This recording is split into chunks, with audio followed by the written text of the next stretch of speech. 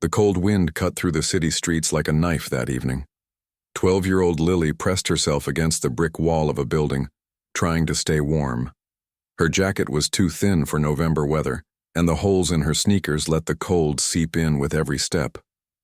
She hadn't eaten anything since yesterday morning, when a kind bakery owner gave her leftover bread. 6 months. That's how long it had been since her mother passed away. 6 months of sleeping in shelters when she could find a bed, or huddling in doorways when she couldn't. 6 months of learning how to survive on streets that didn't care whether a little girl lived or died. Lily walked slowly down the avenue, her stomach growling so loud she thought people could hear it. The street was busy with folks heading home from work or going out for dinner. They moved past her like water around a stone, barely noticing she existed. She was used to being invisible by now. Then she saw it. Through a large glass window, warm light spilled onto the sidewalk. The restaurant looked like something from a movie. White tablecloths, candles flickering on every table, people in nice clothes laughing and talking. The smell of food drifted out every time someone opened the door, making her stomach ache even more. But it wasn't the food that made Lily stop walking. It was the piano. There, in the corner of the restaurant, sat a beautiful black grand piano. Its polished surface reflected the candlelight like a mirror. Nobody was playing it. It just sat there, quiet and waiting, while all those people ate their expensive dinners. Lily's hands began to shake, and not just from the cold. She pressed her palms against the glass window, staring at that piano like it was an old friend. Her fingers moved slightly, remembering. It had been so long since she'd touched piano keys. So long since she'd felt that connection between her heart and the music. Her mother had been a piano teacher, not a fancy one who taught rich kids in big houses. No, she taught neighborhood children in their tiny apartment, charging whatever families could afford. Sometimes that meant cash. Sometimes it meant a home-cooked meal or help fixing things around the house. Her mother never turned anyone away.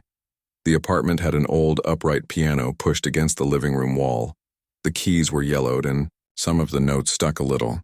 But to Lily, it was the most beautiful instrument in the world. From the time she was 4 years old, her mother taught her to play. Not just the technical stuff, but how to put feelings into the music. How to let the piano tell stories that words couldn't express.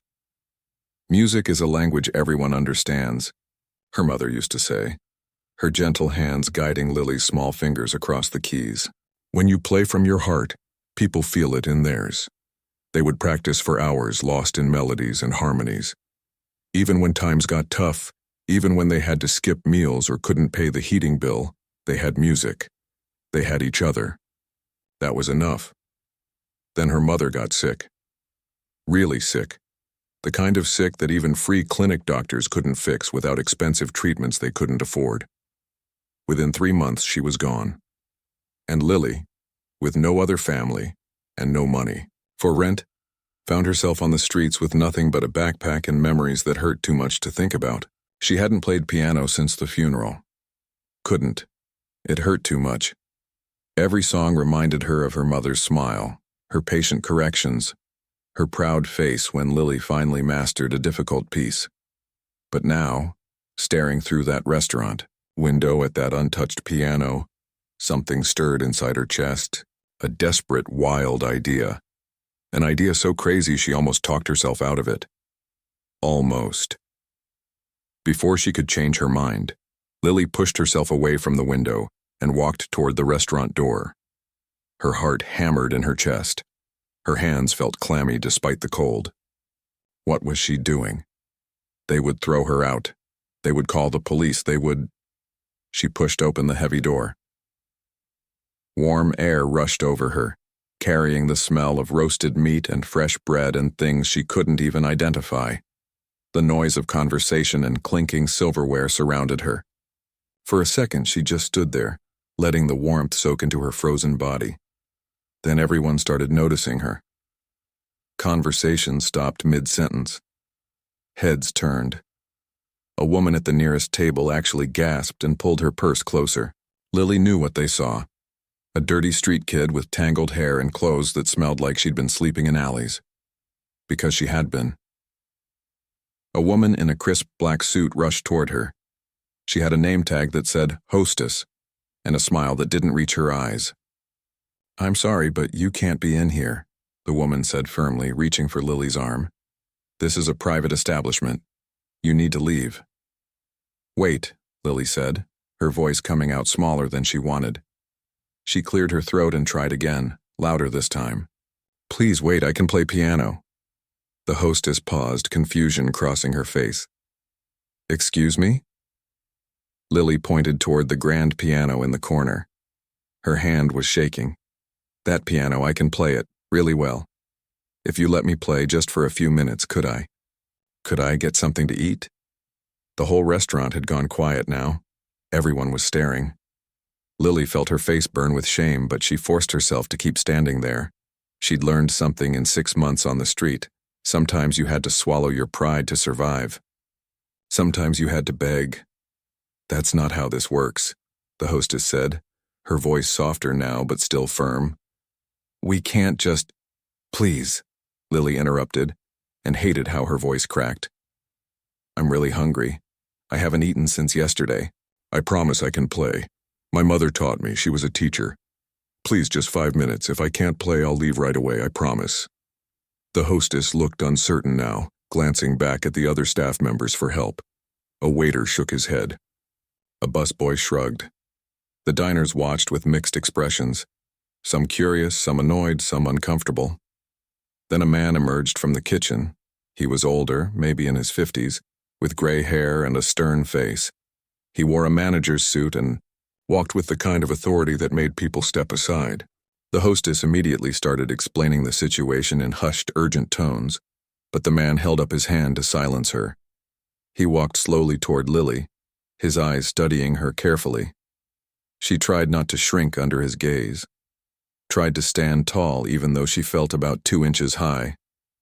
The manager stopped a few feet away from her.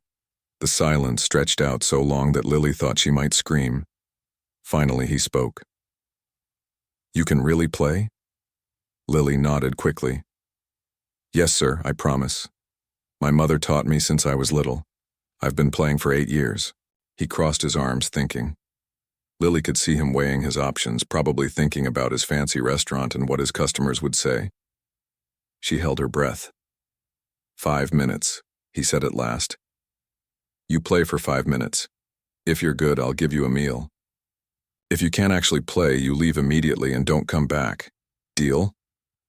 "Deal," Lily whispered, barely able to believe what she was hearing. The manager gestured toward the piano. "Go ahead, then."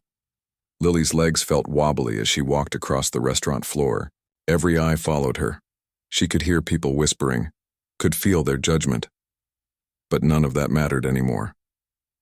She reached the piano and sat down on the bench. Her hands hovered over the keys, trembling. This was it. One chance. 5 minutes to earn a meal. 5 minutes to touch music again after so long. She took a deep breath, closed her eyes, and let her fingers find the keys. The manager stood with his arms crossed, watching Lily settle onto the piano bench. His name was David Chen, and he'd been running this restaurant for 15 years. In all that time, he'd seen a lot of things, but a homeless child begging to play piano for food? That was a first. He told himself he was doing this to get it over with quickly. The girl would bang on a few keys, realize she was in over her head, and leave. Then his restaurant could get back to normal. His customers were already uncomfortable enough. The couple at table 7 kept glancing toward the exit. The businessman at table 3 had actually complained to a waiter, but something nagged at him. Something about the way the girl looked at that piano, like it was water and she was dying of thirst. David had a daughter. May was 14 now, safe at home doing homework, probably complaining about some test or arguing with her mother about screen time. Normal teenager problems. Looking at this dirty, desperate child, he couldn't help thinking how easily things could be different, how quickly life could fall apart. His wife had died when May was only 6. He knew what it was like to barely hold things together, to wonder how you'd make it through another day. That's why he'd said yes.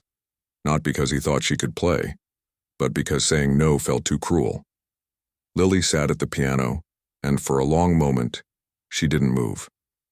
Her hands hovered over the keys like she was afraid to touch them. David wondered if she was about to admit she'd lied, that she couldn't actually play. Some of the diners had already gone back to their meals, losing interest. Then Lily placed her fingers on the keys. The first notes were soft, tentative, like she was testing whether the piano was real. But even those first gentle sounds had something special about them. They weren't just notes.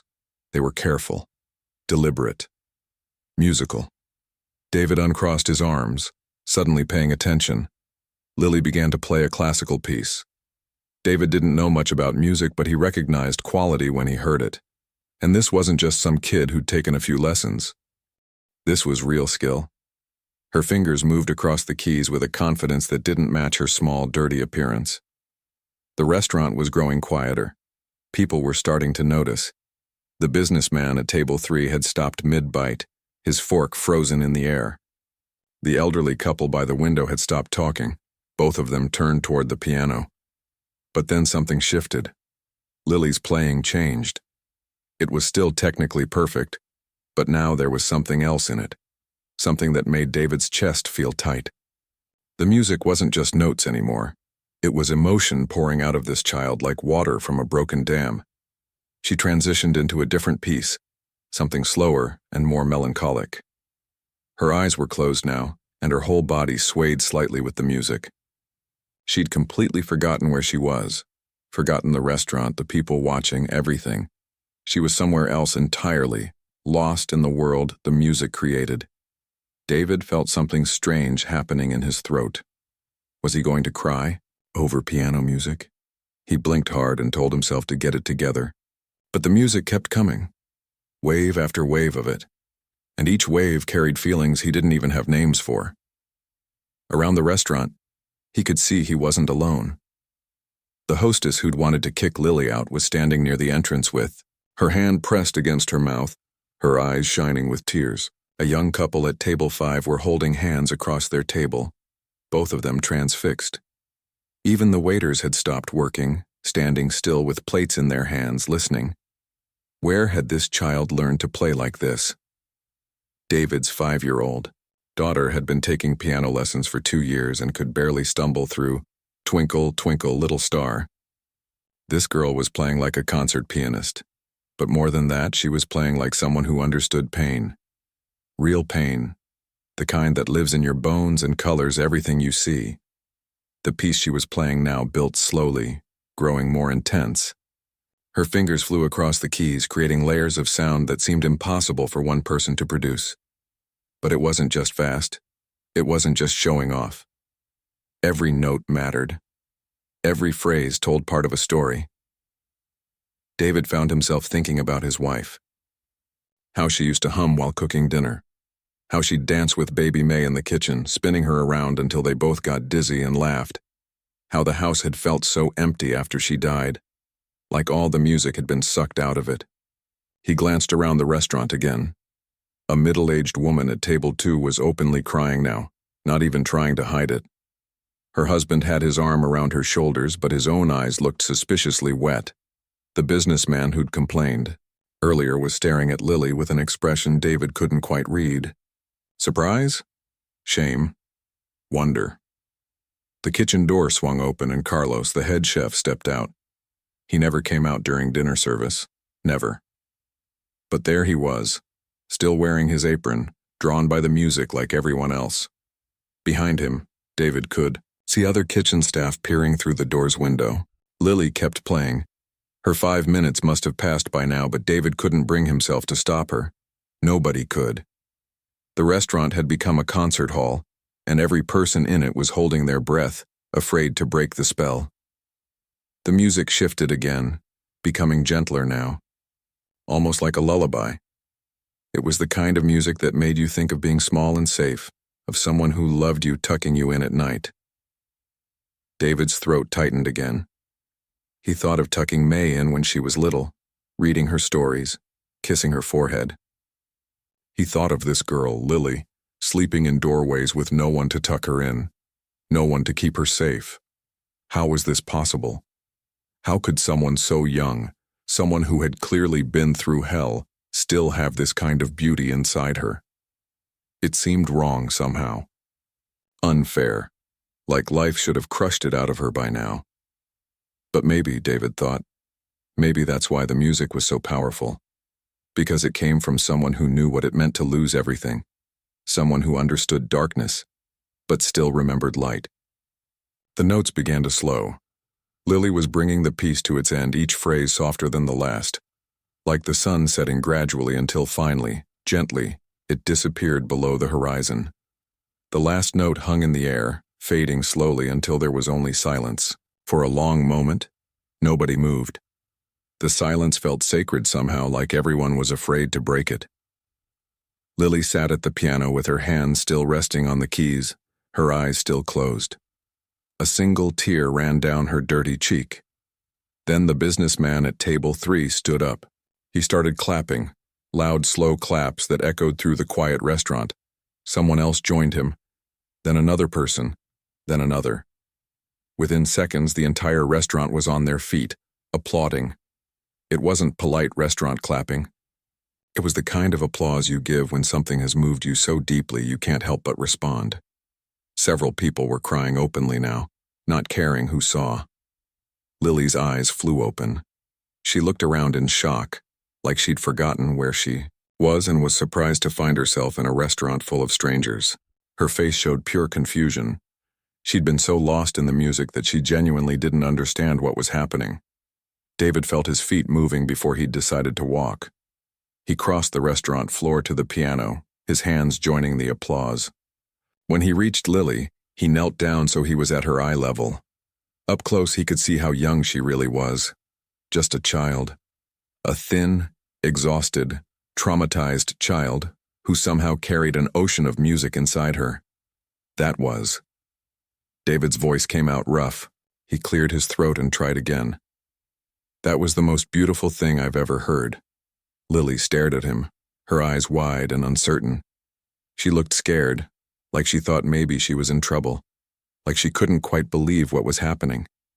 "What's your name?" David asked gently. "Lily," she whispered. Her voice was so quiet he could barely hear it over the continuing applause. "Lily, I need you to tell me something." David kept his voice soft and kind. "How long have you been on the streets?" Her lower lip trembled. 6 months, since my mom died." David felt like someone had punched him in the stomach. 6 months. This child had been alone for 6 months. And before that, based on that playing, she'd had a mother who loved her enough to teach her music, to give her that gift. And now that mother was gone, and this talented, special little girl was begging for food in restaurants. "Where did you learn to play like that?" "My mom taught me," Lily said, and now the tears were really falling. "She was a piano teacher. She taught me since I was 4. I haven't played since she died, I couldn't. But I was so hungry and I saw the piano and I just..." Her voice broke completely. David made a decision right then. He didn't think about it, didn't weigh the options, didn't consider the practicalities. He just knew, with absolute certainty, that he couldn't let this child walk back out onto those streets. "Lily," he said, "you're not going anywhere. Come with me." David helped Lily up from the piano bench. Her legs were shaky and he realized she was probably weak from hunger. How long had it been since she'd had a proper meal? His heart ached thinking about it. "Come on," he said gently. "Let's get you something to eat." But before they could take 2 steps, something unexpected happened. The businessman from table 3 walked over to them. He was a tall man in an expensive suit, probably in his 40s, with the kind of confident walk that came from success. But his eyes were red, and his face looked softer than it had earlier. "Excuse me," he said, pulling out his wallet. I wanted to." He seemed to be struggling with his words, which surprised David. This man looked like someone who always knew what to say. "That was extraordinary. I haven't been moved like that in years." He pulled out several bills and held them toward Lily. She stared at the money like she didn't understand what was happening. "Please take it," the man said. "Buy yourself some warm clothes, get a decent meal. You have a remarkable gift." Lily looked at David, confused and overwhelmed. He nodded encouragingly. With trembling hands, she took the money. "Thank you," she whispered. But that was just the beginning. The elderly couple from the window table approached next. The woman had tears still streaming down her face. "Sweetheart," she said, her voice cracking with emotion. "You just played my late daughter's favorite piece. She passed away 2 years ago. I haven't heard it since her funeral. It was like she was here with me for a moment." The woman pressed some folded bills into Lily's hand and kissed her forehead before walking away, her husband supporting her as she cried. Lily looked down at the money in her hands, then back up at David, her expression one of complete shock. More people started approaching. A young couple who said they'd just gotten engaged that night wanted to give her something. A family with 2 kids emptied their pockets. The waiters who'd been serving tables started pulling out their own money. Even Carlos, the chef, came out of the kitchen with cash in his hand and tears in his eyes. "You reminded me why I fell in love with creating beautiful things," Carlos said in his thick accent, pressing the money into her hand. "Thank you for that." Within minutes, Lily was holding more money than she'd seen in 6 months on the streets. She kept looking at it, then at the people, then back at the money, like she couldn't quite believe it was real. But one person approached who wasn't holding money. She was a woman in her 60s, elegant in a simple dress with kind eyes behind fashionable glasses. She introduced herself as Professor Linda Morrison from the State University. "Lily," she said, kneeling down to the girl's level just like David had. "I teach music at the university. I've been teaching for 35 years and I've heard hundreds of pianists. Thousands, probably. But what you just did..." She paused, choosing her words carefully. "That wasn't just technical skill. That was artistry. Real, genuine artistry. The kind that can't be taught." Lily didn't know what to say. She just stared at the professor with wide eyes. "I want to help you," Professor Morrison continued. She pulled out a business card and handed it to Lily. "I can provide you with free lessons, and when you're ready, I can help you apply for scholarships. Full scholarships to music programs. You deserve proper training, proper opportunities. Will you let me help you?" Lily looked at the card, then at the professor, then burst into tears. Not quiet tears. Big gulping sobs that shook her whole body. All the emotion she'd been holding back for 6 months came pouring out. The fear, the loneliness, the hunger, the grief. Everything.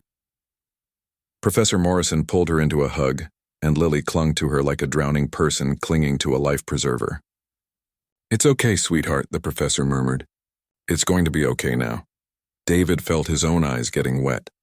He turned away, pretending to address the other customers, giving Lily a moment of privacy to fall apart. Around the restaurant, there wasn't a dry eye in the house. Even the hostess who'd wanted to kick Lily out was crying quietly into a tissue. When Lily finally calmed down enough to breathe normally, another person stepped forward. A woman in a sharp business suit introduced herself as Patricia Wu, an attorney. She specialized in family law. "Listen," Patricia said, pulling out her own card. "I don't know your full situation, but I can help you navigate the system. Foster care, legal guardianship, whatever you need. Pro bono, no charge. I can make some calls tonight if you want." Lily nodded, unable to speak. She was clutching so many business cards and bills now that some started falling to the floor. David helped her gather them, his mind racing. This was good. This was all good, but the girl needed immediate help. Tonight, right now, he made a decision. "Everyone," David said, raising his voice to address the whole restaurant. "Thank you. Thank you all for your kindness and generosity. It's been an extraordinary evening.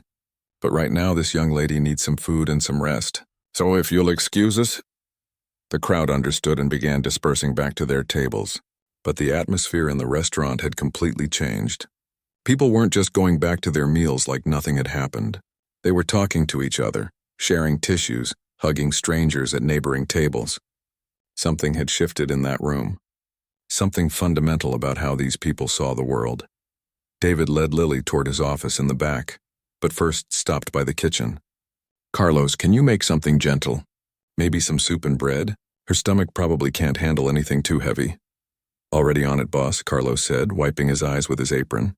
"I'm making my abuela's chicken soup. The one she made when I was sick as a kid. It fixes everything."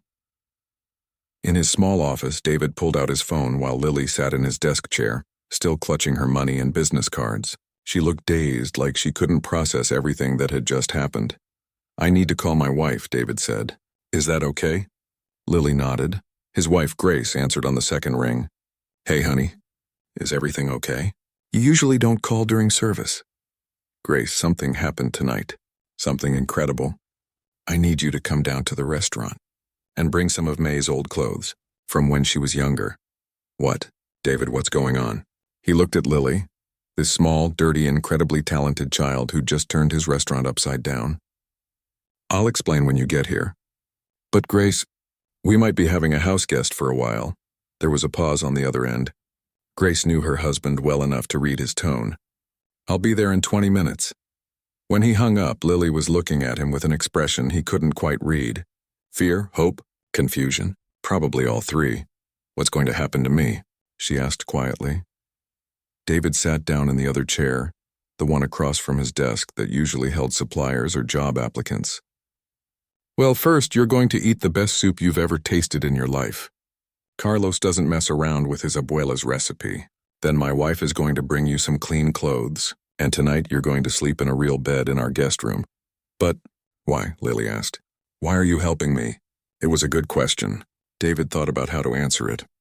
He could talk about having a daughter around the same age.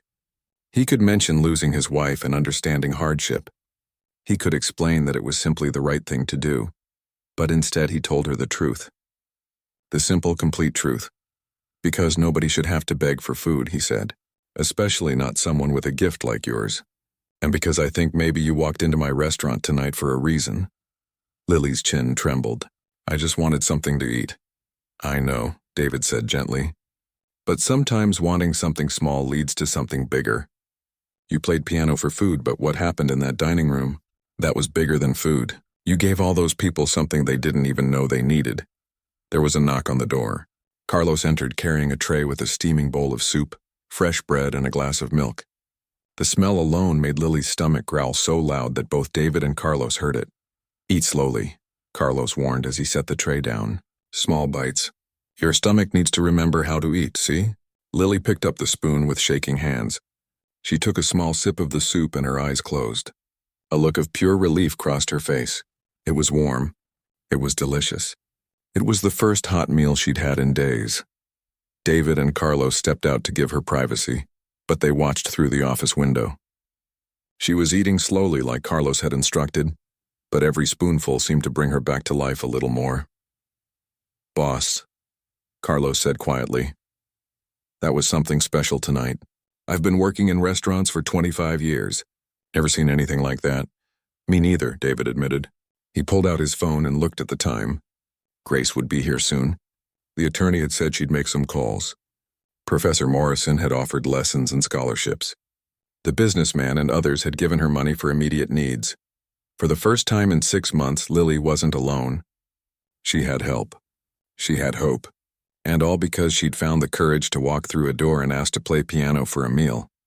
Sometimes, David thought, the bravest thing you can do is ask for help. 20 minutes later, Grace Chen burst through the restaurant door carrying 2 shopping bags. She was a petite woman with streaks of gray in her black hair, wearing jeans and a sweater like she'd thrown them on in a hurry. Her eyes scanned the restaurant until they found David standing near his office. "Where is she?" Grace asked, slightly out of breath. David led her to the office where Lily sat, having finished her soup. The girl looked up nervously as this new person entered. Grace stopped in the doorway, taking in the sight of the small, dirty child in the chair. Her expression softened immediately. "Oh, sweetheart," Grace said, setting down her bags. She approached slowly, like you would with a frightened animal. "My husband told me a little bit on the phone, but not much." "I'm Grace. What's your name?" "Lily," came the quiet response. Grace knelt down, her eyes at the same level as Lily's. "Lily, that's a beautiful name. I brought some clothes for you. Would you like to take a shower and get cleaned up? You can use our bathroom upstairs. We live right above the restaurant." Lily looked at David, then back at Grace like she was trying to figure out if this was real or some kind of trick. "You really mean it?" "I can stay tonight?" "Absolutely," Grace said firmly. "And we can figure out tomorrow when tomorrow comes. But right now, let's just focus on getting you comfortable." Does that sound okay? Lily nodded, tears forming in her eyes again. Grace helped her stand up, gathering the bags of clothes. As they headed toward the stairs that led to the apartment above the restaurant, Lily turned back to look at David. "Thank you," she whispered. "No need to thank me," David said. "Just get some rest." While Grace took Lily upstairs, David returned to the restaurant floor. The dinner service was wrapping up, but people were lingering longer than usual. The atmosphere was different tonight. Normally, customers ate, paid, and left. But tonight, strangers were talking to each other across tables, exchanging contact information, still processing what they'd witnessed. The hostess approached David. Her earlier makeup smudged from crying. "Boss, I'm so sorry about before. When she first came in, I just thought... I wasn't thinking. I'm really sorry." "It's okay, Rachel," David said. "You were just doing your job. None of us knew what was about to happen. It's just, my cousin ran away from foster care a few years ago, ended up on the streets. We never found her." Rachel's voice cracked. That could have been her. That could have been anyone's daughter or sister, or... She couldn't finish the sentence. David squeezed her shoulder gently. "Go home, Rachel. It's been a long night for everyone." As the last customers paid their bills, several stopped by to talk to David. They wanted to know what would happen to Lily. They offered additional help. One regular customer who owned a clothing store promised to donate clothes. Another, who was a doctor, offered free medical care. A dentist said the same. It was like everyone who'd witnessed Lily's performance felt compelled to do something. Anything to help. By the time the restaurant closed, David had a list of names and phone numbers of people wanting to contribute. He stood in the empty dining room, looking at the piano where it had all started. Just a few hours ago, he'd been having a normal Friday night. Now everything felt different. His phone buzzed. A text from Patricia, the attorney who'd given Lily her card. "I made some calls.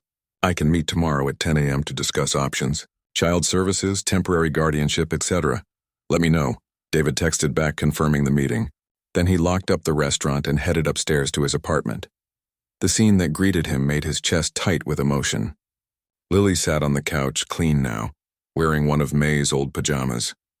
Her hair was still damp from the shower, combed out and falling past her shoulders. Without the dirt and grime, she looked even younger than 12. Grace sat beside her and they were looking through a photo album. "This is May when she was 7, Grace was saying, pointing to a picture. She refused to smile for photos that year. Said smiling was for babies. Lily's lips curved up slightly. It wasn't quite a smile, but it was close. Grace looked up as David entered. "I was just showing her some family photos. I thought it might help her feel more comfortable." David sat down in the armchair across from them. "How are you feeling, Lily?" "Better," she said softly. It was really nice. I haven't had a real shower in so long." Grace's eyes met David's over Lily's head. The look they exchanged said everything. This child had been living in conditions they couldn't even imagine. How had she survived? How had she kept going? "Lily," Grace said gently, "David told me a little bit about your mother. Would you like to talk about her?" For a moment, Lily was quiet. Then slowly she started speaking. Her name was Annie. She taught piano to kids in our neighborhood. We didn't have much money, but we had each other and we had music. She used to say that as long as we had those two things, we were rich.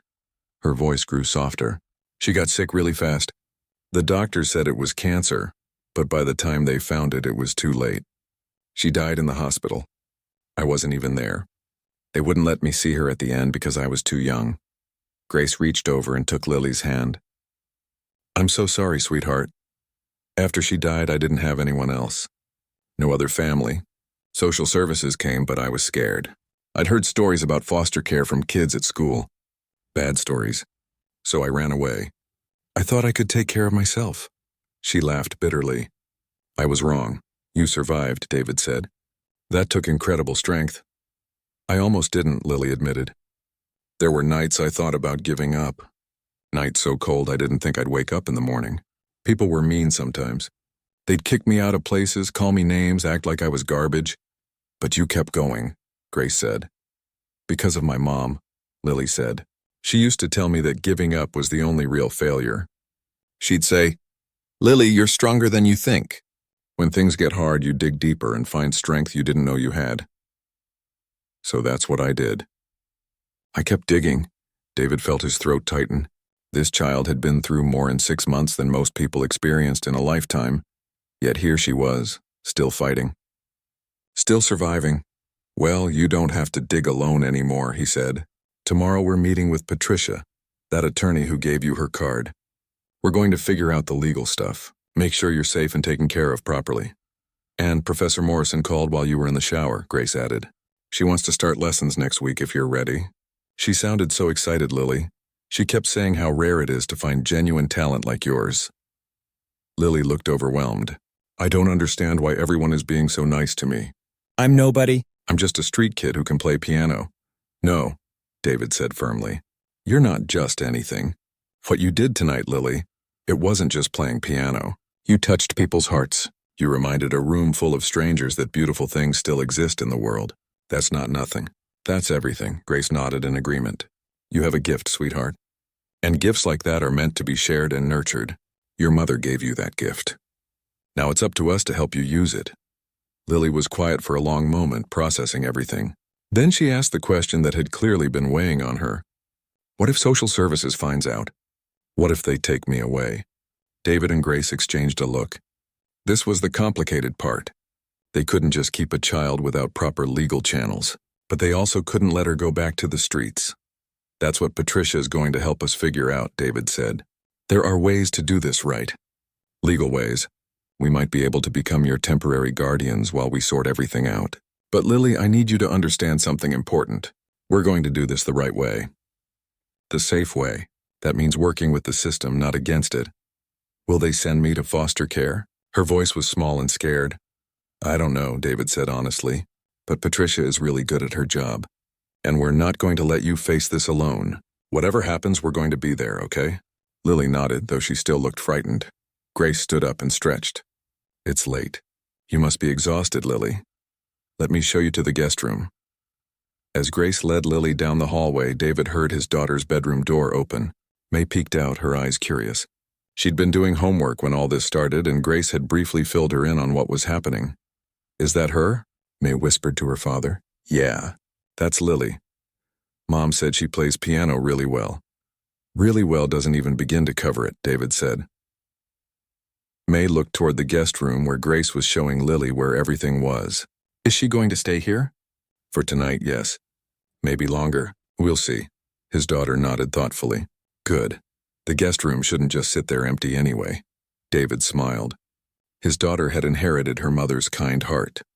He kissed the top of May's head. Go to bed, kiddo. School tomorrow. After everyone had settled in for the night, David sat alone in the living room, thinking about the strange turn his evening had taken. He'd woken up that morning thinking it would be just another Friday. Run the restaurant, serve customers, go through the motions. Instead, a desperate child had walked through his door and changed everything. Not just for her, but for him too. For Grace. For all those customers who'd witnessed something extraordinary. For Professor Morrison, who'd found a student worth fighting for. For Patricia, who'd offered her legal expertise for free. One moment of courage. One desperate plea to play piano for food. That's all it had taken to set all of this in motion. David looked at the business cards and phone numbers scattered on his coffee table. Tomorrow would bring new challenges. Legal complications, difficult decisions, uncertainty about the future. But tonight, a child who'd been sleeping in doorways was safe in a warm bed, and sometimes that was enough. Lily woke up the next morning not knowing where she was. For a second she panicked, her heart racing. Then she remembered. The restaurant, the piano, David and Grace, the soft bed she was lying in. She sat up slowly, looking around the guest room in the morning light. It was a simple room with pale blue walls and white curtains. Nothing fancy. But to Lily, who'd been sleeping on cardboard and in shelter beds for months, it felt like a palace. There was a gentle knock on the door. Lily, are you awake? Grace's voice was soft, not wanting to startle her. Yes, Lily called out. Grace opened the door, carrying a tray with breakfast. Scrambled eggs, toast, orange juice, and fresh fruit. I wasn't sure what you liked, so I made a little bit of everything. How did you sleep? Better than I have in a long time, Lily said honestly. She'd actually slept through the night without waking up every hour, worried about someone stealing her backpack or hurting her. Grace set the tray on the bedside table and sat on the edge of the bed. Patricia, the attorney, will be here at 10. David's downstairs getting the restaurant ready for lunch service, but he'll join us for the meeting. Is that okay? Lily nodded, though nervousness fluttered in her stomach. What if Patricia said she had to go into foster care? What if this was all just temporary and she'd end up back on the streets? Grace must have seen the fear on her face. Hey, whatever happens, we're going to figure it out together. You're not alone anymore, Lily. Please remember that. After breakfast, Grace helped Lily pick out clothes from the bag. They were May's old things, but they fit well enough. Lily caught her reflection in the bathroom mirror and barely recognized herself. Clean hair, clean clothes, a face that wasn't covered in dirt. She looked like a normal kid again. At exactly 10 o'clock, the doorbell rang. Patricia arrived with a briefcase and a warm smile. She settled into the living room with David, Grace, and Lily, spreading papers on the coffee table. Okay, Patricia began. I made some calls last night and this morning. Here's what I found out. Lily, you're in the system as a runaway. Social Services has been looking for you. But they didn't have many leads. Now, normally in this situation, they'd place you in emergency foster care immediately. Lily's face went pale. Grace reached over and took her hand. However, Patricia continued, there's another option. It's called kinship care or voluntary guardianship. Since David and Grace are willing to take you in, and since you're here voluntarily, we can potentially fast-track a temporary guardianship arrangement. It won't be permanent right away, but it would keep you here while we work through the proper channels. How long would that take? David asked. Could be a few months. Could be longer. The courts move slowly. But the good news is, with your clean background checks, stable home, and the clear support network that's formed around Lily, I think we have a strong case. Especially since Lily is 12, her preference matters. She's old enough to have a say in where she wants to live. For the first time since Patricia arrived, Lily felt like she could breathe. So I could stay here, while everything gets figured out. That's what we're going to push for, Patricia said. I'll need to contact Social Services today and set up a meeting. They'll want to do a home inspection, interview all of you, standard procedure, but I'll be there every step of the way. And between you and me, the fact that you have people willing to step up like this, that's rare. Most caseworkers will see this as a win. David leaned forward. What do we need to do? Patricia pulled out a stack of papers. Fill out these forms. Provide documentation of income, housing, background information. And Lily, you'll need to give a statement about what happened after your mother passed away. I know that's hard, but it's important. Over the next hour, they worked through the paperwork together. Grace made more coffee.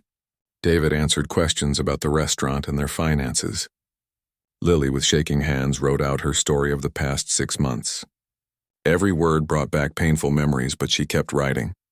When Patricia finally left, promising to call as soon as she had news from Social Services, Lily felt exhausted. But there was also something else, something she hadn't felt in a long time. Hope. That afternoon, Professor Morrison came by the restaurant. She brought sheet music and a portable keyboard, since the restaurant's piano wasn't available during the day. She set everything up in the private dining room that wasn't being used for lunch service. All right, Lily, the professor said, her eyes twinkling behind her glasses. Let's see what we're working with. Play something for me. Anything you want. Lily sat at the keyboard and began to play. She chose one of her mother's favorite pieces, something she'd practiced 100 times in their old apartment. Her fingers moved across the keys, and once again she lost herself in the music. When she finished, Professor Morrison was quiet for a moment. Then she said, Your mother was an excellent teacher. Your technique is solid. Your emotional interpretation is mature beyond your years. But there are some gaps in your training. Advanced theory, composition, exposure to different styles. That's what we'll work on. For the next hour, they worked together. The professor was patient but demanding, pushing Lily to try new things, to think about music in different ways. It was challenging, but Lily loved every minute of it. This was what her mother would have wanted. For her to keep learning, keep growing, keep playing. When the lesson ended, Professor Morrison packed up her materials. Same time next week? Yes, please, Lily said, meaning it with everything in her. As weeks passed, life began to take on a new rhythm. Social Services had approved the temporary guardianship after their home visit. The caseworker, a tired-looking woman named Helen, seemed genuinely happy that Lily had landed somewhere safe. You're one of the lucky ones, Helen told her. Hold on to that. Lily started attending the middle school near David and Grace's apartment. It was strange being in a classroom again, sitting at a desk doing homework. The other kids were curious about the new student who'd appeared in the middle of the school year, but Lily kept to herself mostly. She wasn't ready to talk about where she'd been. May became something like a sister to her. The two girls would do homework together at the kitchen table, arguing about math problems and sharing snacks. May showed Lily how to use social media, taught her the names of popular singers Lily had never heard of, helped her navigate the complicated social world of middle school. Every evening, Lily played piano at the restaurant during dinner service. It had become a regular feature. People would make reservations specifically to hear the piano girl play. The restaurant's business had actually increased. But more importantly, Lily loved it. She loved sharing music with people, watching how it affected them, seeing faces soften and eyes close as they listened. David refused to let her think of it as payment for staying with them. "You're family now," he'd say. "Family doesn't owe each other. But if you want to play, the piano is always yours." On a Tuesday evening 3 months after that first night, Lily was at the piano when she noticed a familiar face in the crowd. The businessman who'd been the first to give her money that night was back, this time with his teenage son. When Lily took her break, he approached her. "I just wanted to tell you something," he said. "That night I heard you play, it changed something in me. I'd been working 70-hour weeks, barely seeing my family. I told myself it was for them, but really I was just running away from life. Your music reminded me what actually matters, so I cut back my hours. Started having dinner with my family every night. This is my son, Tyler. We're here celebrating because he made the basketball team, and I actually got to see his games this year because I'm not working all the time anymore." Lily didn't know what to say. She'd just been trying to survive, and somehow that had rippled out, touching lives she didn't even know about. "Thank you," the man said simply. "You gave me my family back." Similar stories came from others. The elderly woman who'd lost her daughter came back regularly, saying the music helped her heal. A young couple announced they'd named their newborn daughter Lily, inspired by that magical night. The waiters said they looked forward to coming to work now, excited to hear what she'd play each evening. 6 months after walking into that restaurant desperate and hungry, Lily stood on a small stage at the university. Professor Morrison had arranged for her to perform at a student showcase. David, Grace, and May sat in the front row. Patricia was there. Carlos had closed the restaurant early so the whole staff could come. Even Helen from social services showed up. Before she played, Lily stood at the microphone. Her hands were shaking, but her voice was steady. 6 months ago, I was alone and scared. I'd lost everything. I walked into a restaurant and begged to play piano for food. I thought I was just trying to survive another day. But what happened that night taught me something important. When you're brave enough to share what's in your heart, even when you're scared, even when you think you have nothing to offer, you never know how it might change things, not just for you but for everyone around you." She sat down at the grand piano on stage, took a deep breath, and began to play. The music filled the auditorium. It told a story of loss and survival, of darkness and light, of a little girl who'd lost everything but found it again in unexpected places. It told the story of strangers who became family, of compassion that changed lives, of hope that refused to die even in the hardest times. When the last note faded, the audience rose to their feet. Lily stood and looked out at all those faces. Some were crying. All were smiling. And in that moment, she understood what her mother had tried to teach her all those years ago. Music wasn't just notes on a page. It was connection. It was love made into sound. It was the language that everyone understood, the thing that reminded people they weren't alone. She'd walked into that restaurant 6 months ago with nothing, but she'd walked out with everything that mattered: a home, a family, a future, and the knowledge that sometimes the bravest thing you can do is ask for help, share your gifts, and let people in. Her mother would have been proud.